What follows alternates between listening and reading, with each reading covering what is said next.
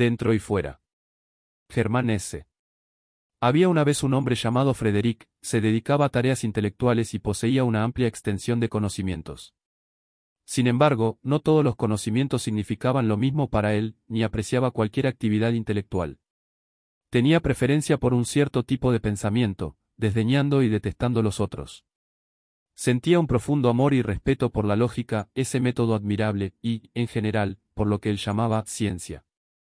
2 y 2 son 4, acostumbraba a decir.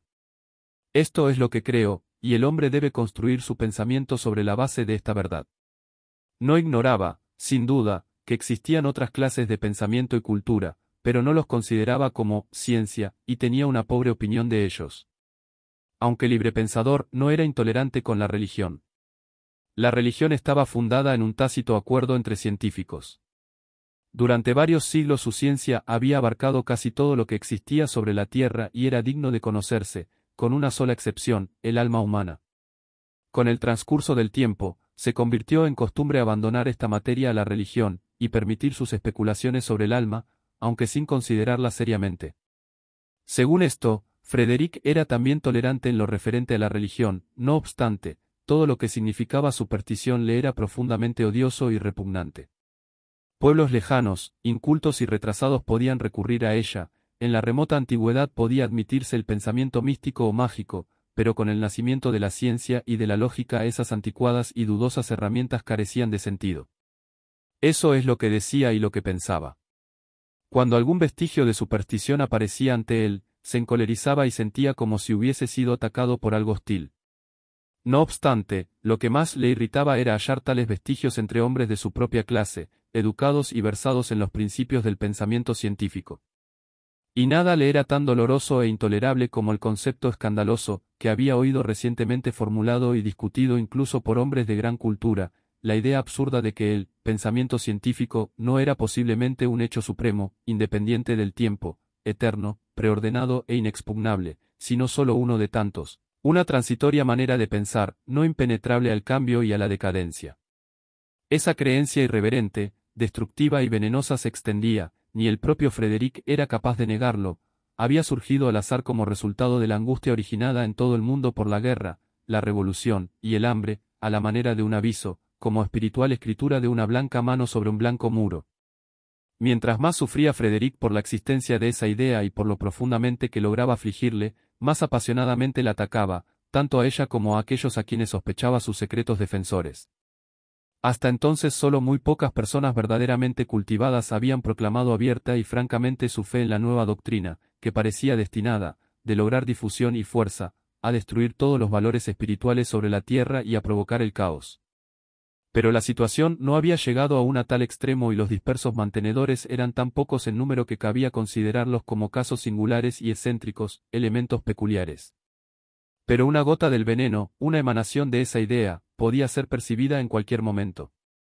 De un modo u otro podían surgir entre el pueblo y los medios cultivados una serie de nuevas doctrinas esotéricas, con sus sectas y discípulos, el mundo estaba lleno de ellas, por doquier se veía amenazado por la superstición, el misticismo, los cultos espirituales y otras fuerzas misteriosas, a las cuales era necesario combatir, pero la ciencia, por un particular sentimiento de debilidad, les había concedido hasta el presente vía libre. Un día, Frederick visitó a uno de sus amigos, con quien frecuentemente había investigado. Hacía algún tiempo que no lo había visto. Mientras iba subiendo por la escalera de la casa, intentó recordar cuándo y dónde había estado por última vez en compañía de su amigo, pero, aunque se enorgullecía de su excelente memoria, no lo conseguía. Imperceptiblemente molesto y malhumorado, mientras aguardaba ante la puerta de su amigo intentó liberarse de esta sensación. Apenas había saludado a Erwin, su amigo, cuando advirtió en su cordial semblante una cierta aunque reprimida sonrisa, que le pareció advertir por primera vez. Apenas vio aquella sonrisa, en cierto modo burlona o hostil pese a su apariencia amistosa, recordó inmediatamente lo que estuvo buscando infructuosamente en su memoria, su último y anterior encuentro con Erwin.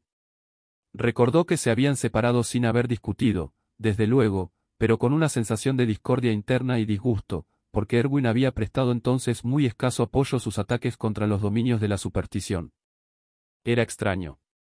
¿Cómo podía haber olvidado aquello por completo? Comprendió también que esa era la única razón de haber evitado a su amigo durante tanto tiempo, simplemente ese descontento, y que desde el principio había sido consciente de ello, aunque se inventó una multitud de excusas para el repetido aplazamiento de esta visita. Ahora se enfrentaban el uno al otro. Frederick sintió que la pequeña grieta de aquel día había experimentado un tremendo ensanchamiento. Intuyó que algo fallaba entre él y Erwin, algo que hasta entonces siempre estuvo presente, un aura de solidaridad, de espontánea comprensión, de afecto incluso. Ahora existía un vacío. Se saludaron, hablaron del tiempo, de sus conocidos, de su salud y, Dios sabe por qué, a cada palabra Frederick tuvo la molesta sensación de que no comprendía bien a su amigo, de que Erwin no lo conocía realmente, de que sus palabras estaban errando el blanco, de que no era posible hallar ninguna base común para una verdadera conversación. Con mayor motivo por cuanto Erwin exhibía aún en su rostro aquella amistosa sonrisa, que Frederick estaba empezando casi a odiar. Durante una pausa en la laboriosa conversación, Frederick miró en torno suyo el estudio que conocía tan bien y vio una hoja de papel clavada con un alfiler en la pared. Esta imagen lo conmovió extrañamente y despertó antiguos recuerdos. Hacía mucho tiempo, en sus años de estudiante, Erwin tenía ese hábito, a veces, para conservar el dicho de un pensador o el verso de un poeta frescos en su mente. Se levantó y se dirigió hacia la pared para leer el papel. Allí, en la bella escritura de Erwin, leyó las siguientes palabras: nada está fuera, nada está dentro, pues lo que está fuera está dentro. Pálido, permaneció inmóvil durante un momento. Allí estaba. Eso era lo que temía. En otra ocasión habría ignorado aquella hoja de papel, la habría tolerado caritativamente como una genialidad, como una debilidad inocente a la que cualquiera estaba expuesto, quizá como un frívolo sentimentalismo que pedía indulgencia. Pero ahora era diferente. Sintió que esas palabras no habían sido escritas por un fugaz impulso poético, no era por capricho que Erwin había vuelto después de tantos años a la práctica de su juventud. Aquella frase era una confesión de misticismo. Lentamente se volvió para mirarle el rostro, cuya sonrisa era de nuevo radiante. «Explícame esto», exigió. Erwin hizo un gesto afirmativo con la cabeza, lleno de amistad. «¿Nunca has leído este dicho?» «Naturalmente», gritó Frederick. «Claro que lo conozco. Es misticismo, es gnosticismo. Quizás sea poético, pero... De todas formas, explícamelo, y dime por qué lo has puesto en la pared». «Con mucho gusto», dijo Erwin.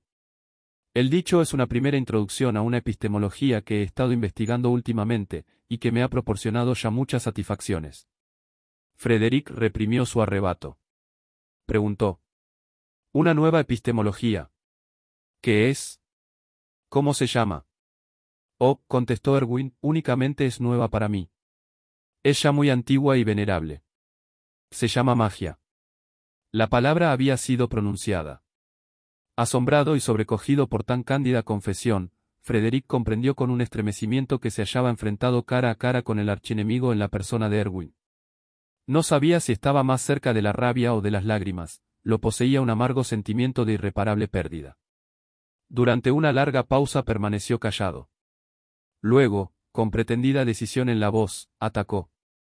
«¿Así que deseas ahora convertirte en un mago?» «Sí», contestó Erwin sin vacilar. «Una especie de aprendiz de brujo, ¿eh?» «Ciertamente». Hubo tanta quietud que podía oírse el tic-tac de un reloj en la habitación contigua. Frederica agregó después. «Esto significa que abandonas toda relación con la ciencia seria y por tanto, toda relación conmigo». «Espero que no sea así», contestó Erwin. «Pero si no hay otro remedio, ¿qué puedo hacer?» «¿Qué puedes hacer?», estalló Frederick. «Rompe de una vez por todas con esa puerilidad, con esa vil y despreciable creencia en la magia. Eso puedes hacer, si deseas conservar mi respeto». Erwin sonrió un poco, aunque también su alegría se había desvanecido. «Hablas como si», murmuró, tan suavemente que a través de sus quedas palabras la irritada voz de Frederick aún parecía resonar por toda la habitación. «Hablas como si eso estuviese dentro de mi voluntad, como si me quedara elección, Frederick. No es ese el caso. No tengo ninguna elección. No fui yo quien escogió la magia, ella me escogió a mí». Frederick suspiró, profundamente. «Entonces, adiós», dijo hastiadamente, y se levantó sin ofrecerle su mano. «Así, no. exclamó Erwin. No debes separarte de mí de ese modo. Imagina que uno de nosotros yace en su lecho de muerte, y en verdad que así es, y que debemos decirnos adiós. Pero ¿quién de nosotros va a morir, Erwin? Hoy probablemente yo, amigo mío. Cualquiera que desee nacer de nuevo, debe estar preparado para morir. Una vez más Frederick se dirigió a la hoja de papel y leyó el dicho. Muy bien, admitió al fin. Tienes razón, no sirve para nada separarnos con ira. Haré lo que deseas, imaginaré que uno de nosotros se está muriendo. Antes de irme, quiero pedirte una última cosa. Me alegro, repuso Erwin. Dime, ¿qué atención puedo demostrarte en nuestra despedida? Repito mi primera pregunta, y esta es también mi petición, explícame ese dicho lo mejor que puedas. Erwin reflexionó un momento y luego dijo. Nada está fuera, nada está dentro. ¿Conoces el significado religioso de esto? Dios está en todas partes. Está en el espíritu y también en la naturaleza. Todo es divino, porque Dios es todo. Antiguamente esto recibía el nombre de panteísmo. En lo que concierne al significado filosófico, estamos acostumbrados a separar el dentro del fuera en nuestro pensamiento, sin embargo, esto no es necesario. Nuestro espíritu es capaz de superar los límites que hemos fijado para él, en el más allá. Más allá del par de antítesis que constituye nuestro mundo, comienza un nuevo y diferente conocimiento. Pero, mi querido amigo, debo confesarte que desde que mi pensamiento ha cambiado ya no existen para mí palabras ambiguas ni dichos, cada palabra tiene decenas, centenares de significados. Y ahí empieza lo que temes, la magia. Frederick frunció las cejas y estuvo a punto de interrumpirle. Pero Erwin lo miró de forma desarmante y continuó, hablando más distintamente. Déjame darte un ejemplo. Llévate algo mío, cualquier objeto, y examínalo un poco de cuando en cuando. Pronto el principio del dentro y el fuera te revelará uno de sus muchos significados. Dio una ojeada en tomo a la habitación, tomó una pequeña estatuilla de arcilla de un anaquel, y se la dio a Frederick, diciendo. Toma esto como regalo de despedida. Cuando este objeto que coloco en tus manos cese de estar fuera de ti y esté dentro de ti, ven a mí de nuevo. Pero si permanece fuera de ti, tal como está ahora, para siempre, entonces esta separación tuya de mí será también para siempre. Frederick quiso hablar todavía, pero Erwin tomó su mano, la estrechó, y se despidió de él con una expresión que no admitía réplica.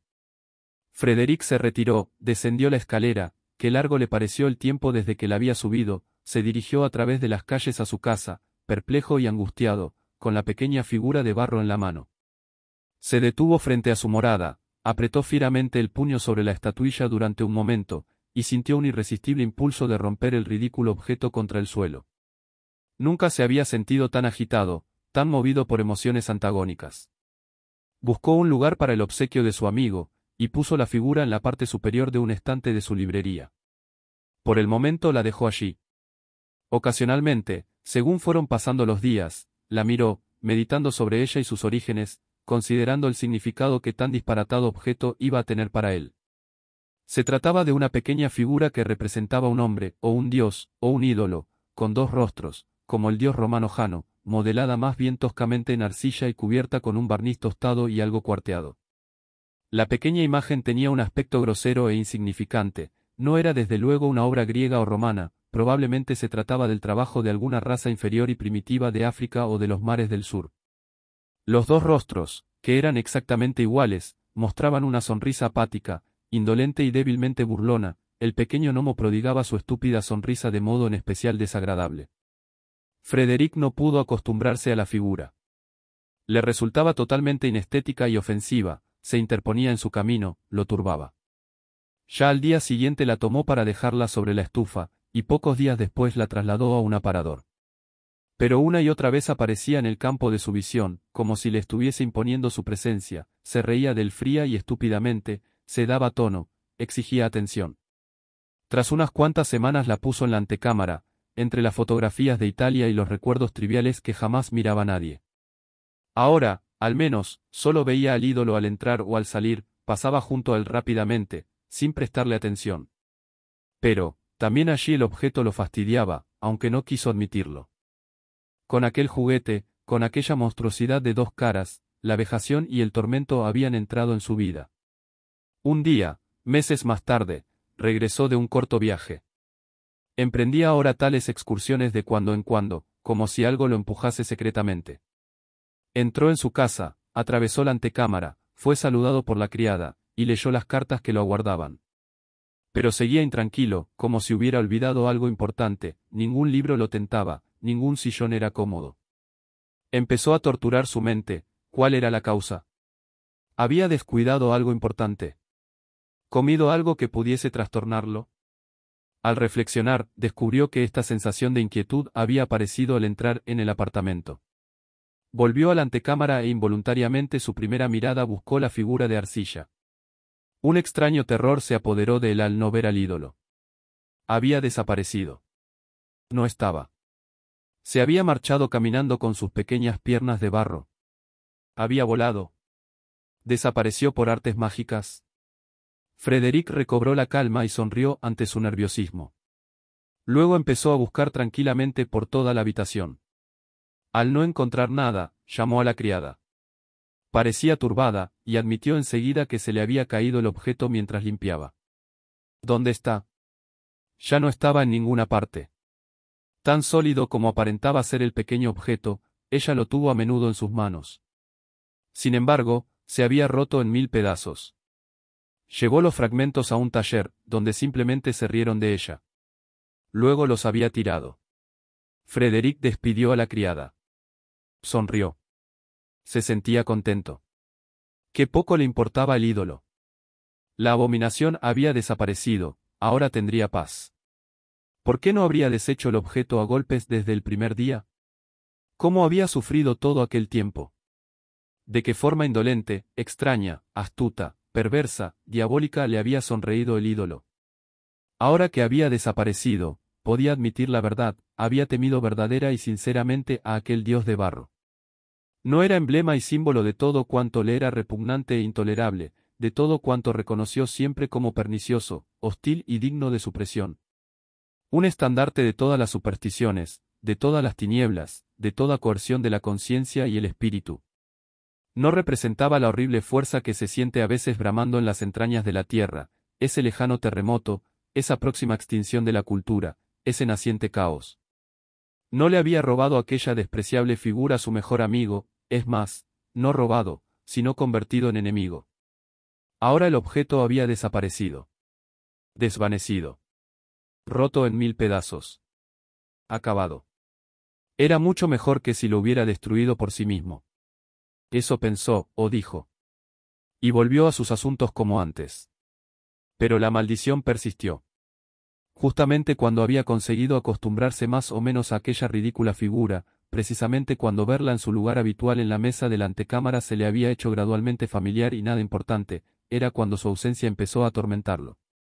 Sí, la echaba de menos cada vez que cruzaba aquella estancia, veía constantemente el espacio vacío donde había estado, y el vacío emanaba de aquel lugar y llenaba la habitación entera. Malos días y peores noches empezaron para Frederick. Ya no podía atravesar la antecámara sin pensar en el ídolo de las dos caras, sin echarlo de menos, sin sentir que sus pensamientos estaban unidos a él. Una agónica obsesión creció en su interior. Y no era simplemente al cruzar aquel cuarto cuando se sentía prisionero de su obsesión. De la misma forma en que el vacío y la desolación irradiaban del ahora vacío lugar en la mesa de la antecámara, aquella idea obsesiva irradiaba dentro de él, empujaba todo lo demás a un lado, enconándolo y llenándolo de extrañeza y desolación. Una y otra vez imaginó la figura con suma claridad, para demostrarse a sí mismo lo absurdo de afligirse por su pérdida. Pudo verla en toda su estúpida fealdad y barbarie, con su vacua pero astuta sonrisa, con sus dos caras, impulsado como por una coacción, lleno de odio y con la boca torcida, se descubrió a sí mismo intentando reproducir aquella sonrisa. Le incomodaba la duda de si las dos caras eran en realidad exactamente iguales. No tenía una de ellas, quizás simplemente por una pequeña aspereza o cuarteo en el barniz, una expresión algo distinta. Algo raro. Algo enigmático. Qué peculiar era el color de aquel barniz. El verde y el azul y el gris, pero también el rojo, se mezclaban en él. Era un barniz que ahora hallaba a menudo en otros objetos, en una reflexión del sol de la ventana o en los reflejos de un húmedo pavimento. Cavilaba mucho sobre aquel barniz, incluso por la noche. Le extrañó igualmente lo extraña, rara, malsonante, poco familiar, casi maligna que era la palabra barniz. La analizó hasta invertir el orden de sus letras. Entonces leía sin rap. Pero, ¿de dónde demonios tomaba su sonido aquella palabra? Conocía la palabra sin rap, por supuesto que sí, además, era una palabra hostil y mala, una palabra con perversas e inquietantes implicaciones. Durante mucho tiempo lo atormentó esa pregunta. Finalmente dio con la respuesta. Sin rap le recordaba un libro que había comprado y leído hacía muchos años durante un viaje, y que lo había aterrado, atormentado, pero fascinado secretamente. Se titulaba Princesa Sinraka. Era como una maldición, todo lo relacionado con la estatuilla, el barniz, el azul, el verde, la sonrisa, significaba hostilidad, eran sinónimos de torturas y venenos. De qué forma tan peculiar en otro tiempo Erwin, su amigo, había sonreído mientras ponía el ídolo en su mano. Una forma muy peculiar, muy significativa, muy hostil. Frederick resistió valientemente, y muchos días, no sin éxito, la tendencia obsesiva de sus pensamientos. Presentía el peligro claramente, volverse loco. No, era mejor morir. La razón es necesaria, la vida no, y se le ocurrió que quizá eso era la magia, que Erwin, con la ayuda de aquella figura, lo había encantado en cierto modo, y que debería sucumbir en un sacrificio como el defensor de la razón y la ciencia contra aquellos funestos poderes. Sin embargo, de ser así, si eso era posible, la magia existía, la hechicería existía. No, mejor era morir. Un médico le recomendó paseos y baños. A veces, en busca de distracción, pasaba la noche en una posada. Pero no le sirvió de nada. Maldecía a Erwin y se maldecía a sí mismo. Una noche, como solía hacer ahora con frecuencia, se retiró temprano y estuvo inquieto en la cama, imposibilitado de dormir. Se sentía indispuesto e intranquilo. Deseaba meditar, deseaba hallar tranquilidad, decirse cosas reconfortantes, tranquilizadoras, frases de recta serenidad y claridad. 2 y 2 son 4. Nada vino a su mente, en un estado casi de delirio musitó sonidos y sílabas para sí. Gradualmente las palabras se formaron en sus labios, y varias veces, sin comprender su significado, repitió la misma frase para sí, como si hubiese tomado forma en él de algún modo.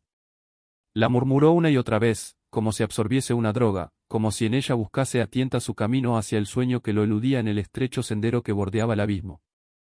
Pero súbitamente, al levantar un poco la voz, las palabras que estaba musitando penetraron en su conciencia. Las conocía, sí, ahora estás dentro de mí. E instantáneamente comprendió. Supo lo que significaban, que se referían al ídolo de arcilla, que entonces, en aquella hora gris de la noche, se había cumplido puntual y exactamente la profecía que Erwin le había hecho un espantoso día, que la figura que sostuvo desdeñosamente en sus dedos ya no estaba fuera de él sino dentro de él. Pues lo que está fuera está dentro. Incorporándose de un salto, experimentó como si le estuvieran haciendo una transfusión de hielo y fuego. El mundo vacilaba a su alrededor, los planetas lo miraban fija y alocadamente. Encendió la luz, se puso algunas ropas, abandonó su casa y corrió en plena noche hacia la casa de Erwin. Vio una luz encendida en la ventana del estudio que conocía tan bien, la puerta de la casa estaba abierta, todo parecía estar esperándolo. Subió precipitadamente la escalera. Penetró con paso inseguro en el estudio de Erwin y se apoyó con temblorosas manos sobre la mesa. Erwin se hallaba sentado junto a la lámpara, bajo su suave luz, pensativo y sonriente. Cortésmente Erwin se puso en pie. ¿Has venido? Eso está bien. ¿Has estado esperándome? Preguntó Frederick. He estado esperándote, como sabes, desde el momento en que te fuiste de aquí con mi pequeño obsequio. Ha sucedido lo que dije entonces. Ha sucedido, admitió. El ídolo está dentro de mí. Ya no puedo soportarlo más. ¿Puedo ayudarte? Preguntó Erwin. No lo sé. Haz lo que quieras. Explícame más acerca de tu magia. Dime si el ídolo puede salir de mí otra vez. Erwin puso su mano sobre el hombro de su amigo. Lo condujo hacia un sillón y lo obligó a sentarse en él. Luego dijo cordialmente, en un casi fraternal tono de voz. El ídolo saldrá de ti otra vez. Ten confianza en mí. Ten confianza en ti mismo. Has aprendido a creer en él. Ahora aprende a amarlo. Está dentro de ti, pero continúa muerto, es aún un fantasma para ti. Despiértalo, háblale, pregúntale. Pues es tú mismo. No lo odies, no le temas, no lo atormentes. ¿Cómo has atormentado a ese pobre ídolo, que sin embargo eras tú mismo? ¿Cómo te has atormentado a ti mismo? ¿Es ese el camino de la magia? Preguntó Frederick. Se hallaba profundamente hundido en el sillón, como si hubiera envejecido, y su voz era débil. Ese es el camino, contestó Erwin, y quizá has dado ya el paso más difícil. Has hallado por experiencia que el fuera puede convertirse en el dentro. Has estado más allá del par de antítesis. Te pereció el infierno, aprende ahora, amigo mío, que es el cielo. Porque es el cielo el que te espera.